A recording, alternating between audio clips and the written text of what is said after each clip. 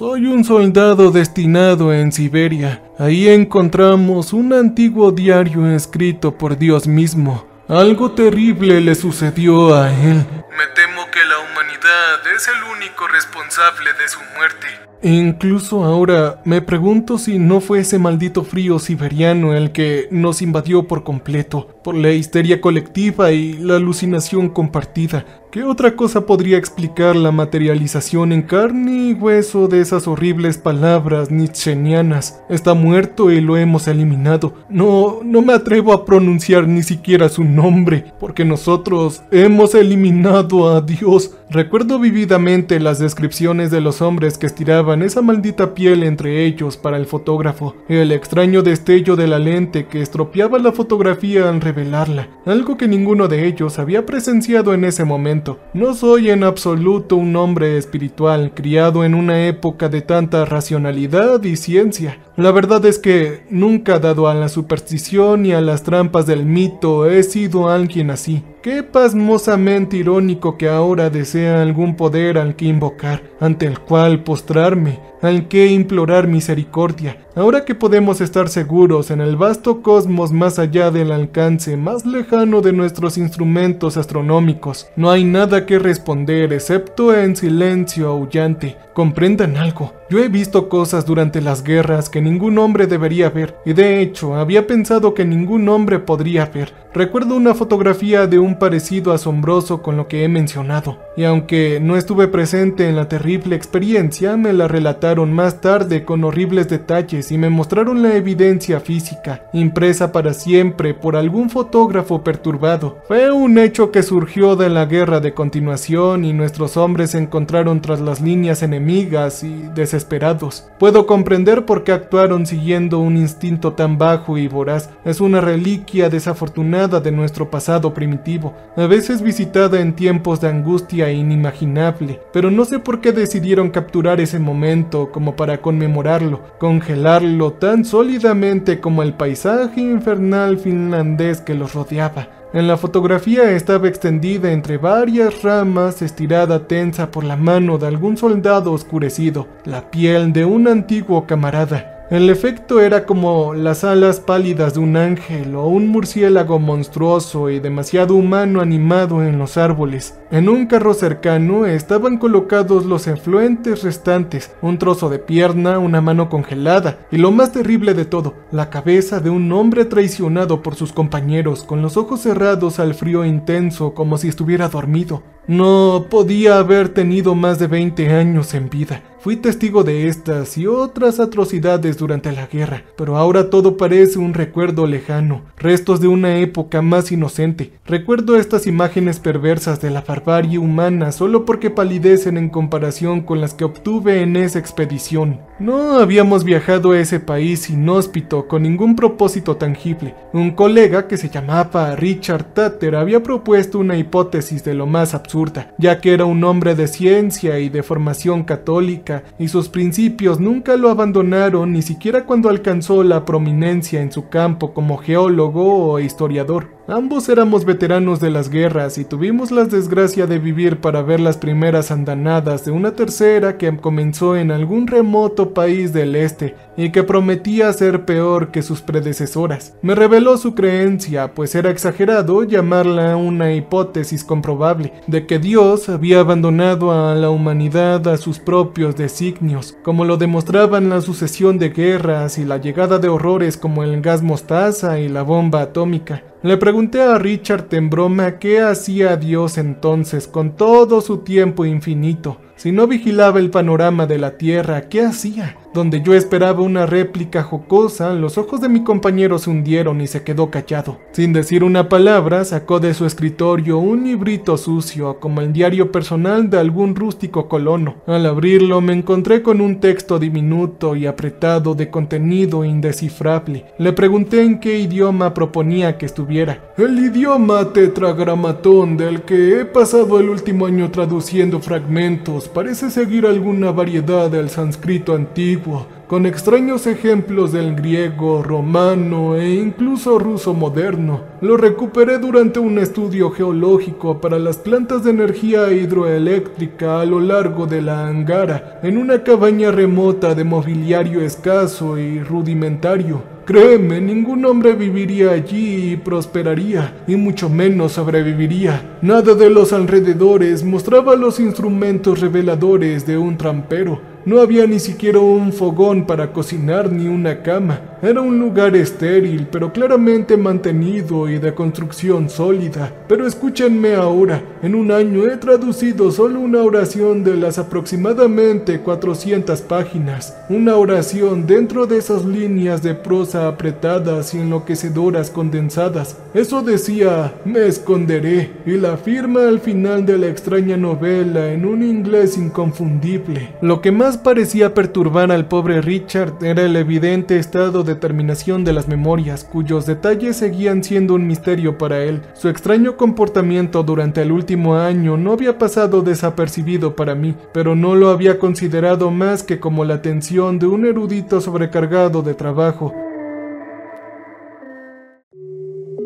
y los dolores de la vejez. Sin embargo, ahí estaba él, negándose a ceder en cuanto a la autenticidad de su artefacto. Yo podía dar fe de que esto era real. Yo estaba de acuerdo en que alguna persona había firmado con esas extrañas iniciales, pero llegar al extremo de decir que el propio señor había escrito esto era una tontería de lo más inquietante, pero Richard no se apaciguaba. Decidí que nos tomaríamos una licencia para los dos, con la esperanza de que otro viaje a esa cabaña, que sin duda había sido arruinada por los elementos hace tiempo, aliviara su mente sobrecargada y volviera a ver racionalmente. Con ese plan nos dirigimos a Siberia, recorriendo durante un tramo la línea principal Valka-Lamur, una gran maravilla de la ingeniería iniciada por aquellas hordas de prisioneros de la guerra alemana y japonesa, todo terminado por las manos voluntarias de los jóvenes rusos años después. Richard jugueteó con su maldito libro durante todo el viaje, como si todavía pudiera extraer alguna información de sus divagaciones. Evitó el campo por el que pasamos, pero en un intervalo hizo una extraña observación. Si el permafrost se derritiera alguna vez, los raíles y el tren condenado que los recorre se hundiría en las turberas de debajo. No dio ninguna explicación y guardó silencio hasta que partimos para la parte a pie de nuestro viaje. De aquella fría y silenciosa travesía no puedo decir demasiado.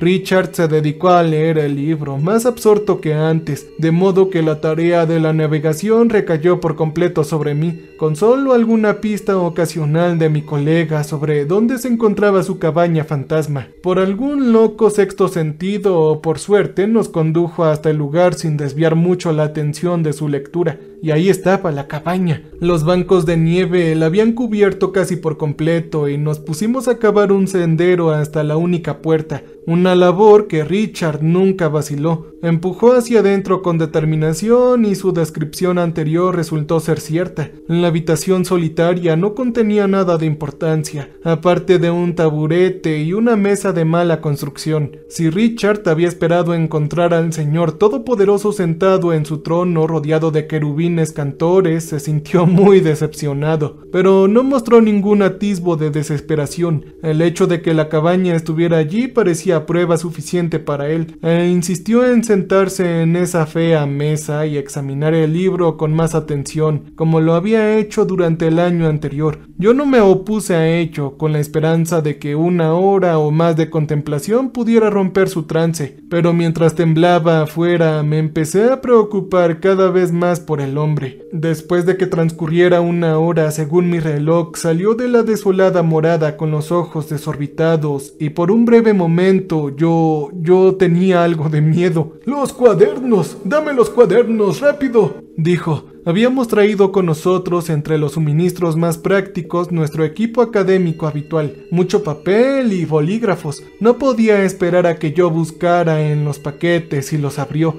arrojando objetos a la nieve sin control hasta que alcanzó su premio, y con eso regresó al escritorio del interior, sin siquiera cerrar la puerta detrás de él, con una renuencia que nunca entenderé, pero que ahora sé que estaba justificada. Me acerqué a él por detrás, sus hombros y su brazo que sostenía el bolígrafo se convulsionaron como si hubiera sufrido un ataque o el frío lo hubiera afectado. Yo lo llamé por su nombre, pero no obtuve respuesta, y cuando me quedé de pie junto a él para poder ver lo que estaba transcribiendo en las páginas en blanco, yo me sentí enfermo. Ningún hombre podría escribir tan rápido con tanta febrilidad. Su mano se movía como las alas de un insecto, sino con mayor rapidez. En cuestión de segundos llenaba una página y pasaba a la siguiente. Comprendí con terror que su estrafalario ejercicio de destreza no producía un galimatías como yo había supuesto, sino que eran caracteres rusos legibles. Aunque la frecuencia con la que pasaba las páginas y pasaba a otro libro imposibilitaba un análisis detallado, deduje por unas cuantas frases sueltas que parecía estar dictando la Sagrada Biblia entera como si lo hiciera de memoria. Pero todo el tiempo sostenía en la otra mano ese maldito diario que estudiaba incluso mientras escribía. Yo me negaba a creer que en realidad estuviera traduciendo esa reliquia de mente. Sin duda, un hombre de su origen podía recitar la Biblia entera.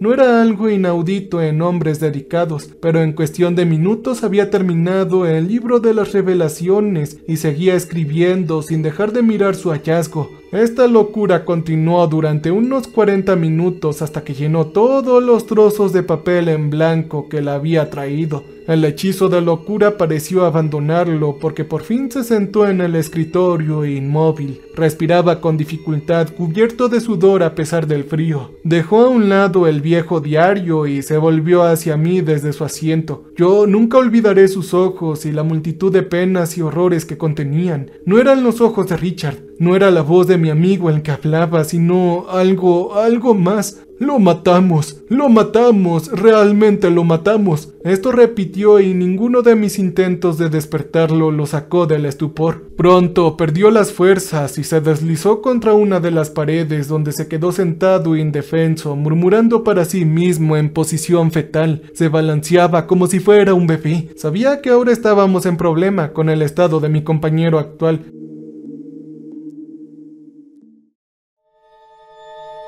Preparé una comida con el juego de cocina portátil e insistí en que comiera algo. Él lo hizo sin pasión y solo por insistencia mía, pero podía ver sus ojos vacíos. Esperaba darle tiempo para recuperar las fuerzas y el ingenio, para que pudiéramos emprender el viaje de regreso. Mientras tanto, la mesa y sus libros dispersos atrajeron mi atención. No quería alimentar sus delirios, pero conjeturé que tal vez sus divagaciones contenían alguna clave para su repentino estado maníaco. Yo empecé con el primer libro. Como ya he mencionado, se trataba de una recitación precisa de la Biblia del Rey I, pero no sin desviaciones que me desconcertaron. No soy teólogo, pero incluso mi conocimiento superficial del texto que contenía me indicó que esta traducción tenía añadidos, algunos párrafos enteros que ninguna Biblia contenía. Párrafos altamente secretos. Estas adiciones y divergencias iban desde grandes alteraciones del texto original hasta pasajes completamente nuevos que añadían detalles a los capítulos o incluso los ponían en tela de juicio. Y así seguía y parecía que ninguna página sobrevivía sin modificaciones. No pude soportarlo más y procedí al libro de las revelaciones, cuyos detalles ya de por sí eran extraños y espantosos y habían adquirido un horror y una claridad insondables. Más allá de esta traducción empezaba lo que supuse que era un diario en primera persona. Empezaba con yo soy y recitaba una historia increíble, como una oscura mitología olvidada. Que esas palabras nacieran de la imaginación de Richard me enfermó. En verdad parecía que se había convencido de que estaba traduciendo las memorias mismas de Dios en la carne, que había bajado de los cielos, había tomado forma mortal como su hijo antes que él, y se había escondido en los bosques tan lejos del hombre como podía ir, todo para escribir una crónica y luego olvidar su creación bastarda. Siguieron descripciones tan vívidas de locura que me pregunté si no había soñado con esa lectura terrible. Describía a los ángeles siendo hervidos en una gran gran sopa y consumidos antes de su partida, para que no necesitara darse un festín con los animales o las plantas de este mundo. Relataba con detalle la agonía de tomar forma física, la condenación de su totalidad en una singularidad que tardó años en asentarse en una forma satisfactoria. Describía aquellos años como un vagabundo líquido, un fantasma de niebla sangrienta y afluentes incipientes que rodeaban los bosques. Habló de las guerras con tal desapego apático que me pregunté cuán cruel debe ser una persona así para describir el sufrimiento en términos tan insensibles. A medida que avanzaba la diatriba se convirtió en una diatriba de una extensión excepcional.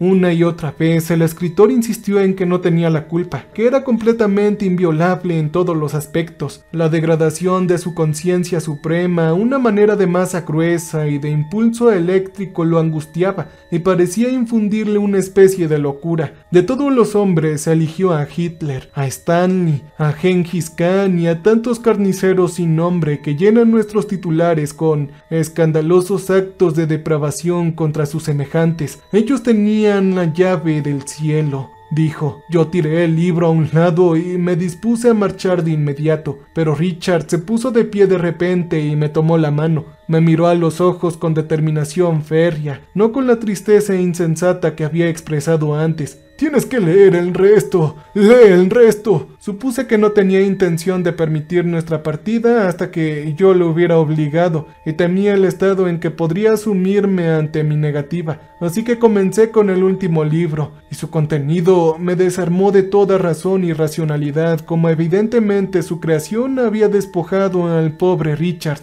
El narrador no mencionó el año. Deduje por las descripciones de los campos de trabajo que fue poco después de la Segunda Guerra. El Ejército Rojo lo había encontrado por pura casualidad, y de inmediato supo que estaban viendo el rostro de Dios, aunque ese rostro fuera una maraña de ojos, nariz, barba y cabello desgreñado. Era una persona completamente desprovista de humanidad. Los militares y los científicos no lo contemplaron con admiración, oh no, sino con horror. Y no se postraron a sus pies para adorarlo y derramar lágrimas, sino que inmediatamente lo ataron como prisionero y lo arrastraron a un centro de detención. Su deterioro era tal que en ese momento no se pudo resistir. Un odio innato cautivó a sus captores. Una especie de repulsión primordial hacia su descubrimiento los impulsó a continuar. Incluso los científicos encargados del análisis del espécimen, con la esperanza de que pudiera contener secretos beneficiosos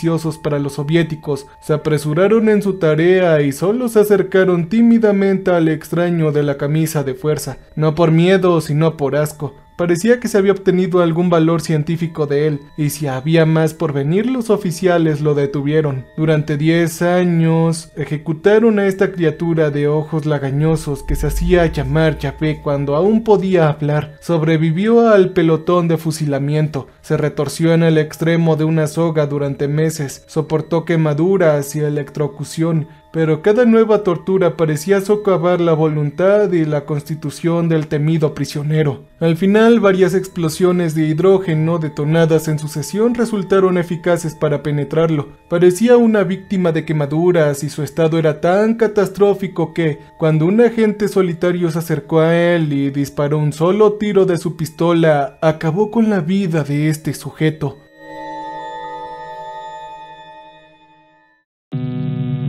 Oficialmente fue ejecutado por crímenes contra la humanidad. Temblando, me pareció que entraba y salía de mis cabales. Reunía el rigor científico suficiente para preguntarle a Richard cómo había continuado esa narración, si su autor había sido atado y maltratado de esa manera. Y Richard respondió sin pasión: es que le permitieron seguir escribiendo, documentando todo lo que le infligieron. Y escribió hasta el final, hasta que detonaron la primera bomba y se llevaron el diario. Entonces supo que él moriría. Solo puedo especular sobre lo que ha sido de Richard desde aquella terrible excursión en Siberia. Ha desaparecido y temo lo peor para él. Incluso ahora dudo de mi recuerdo de los hechos, sin el único testigo que puede verificar mi memoria. Pregunté a un amigo personal que ocupaba un alto cargo en el ejército y se limitó a reír de mis vagas preguntas, y no lo culpo. Por supuesto, no se había producido tal locura, y si por alguna insondable casualidad hubiera ocurrido, no habría constancia de que hubiera sucedido. Antes de su fuga, Richard se llevó consigo el diario y sus aparentes traducciones, y no queda nada del suceso,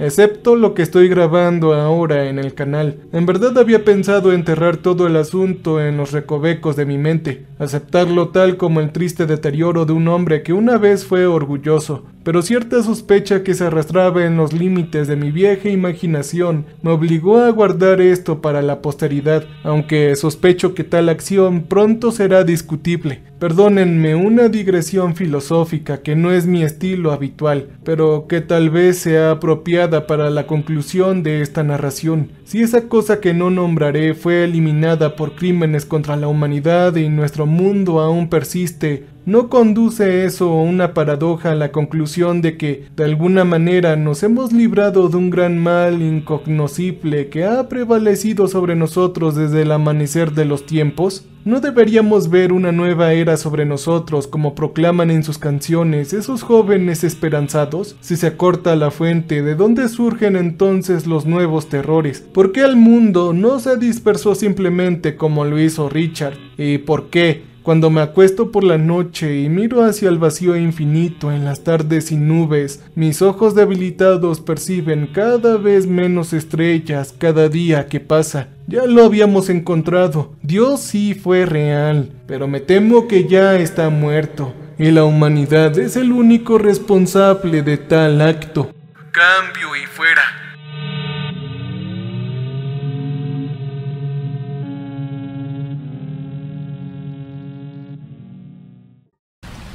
Welcome, stranger.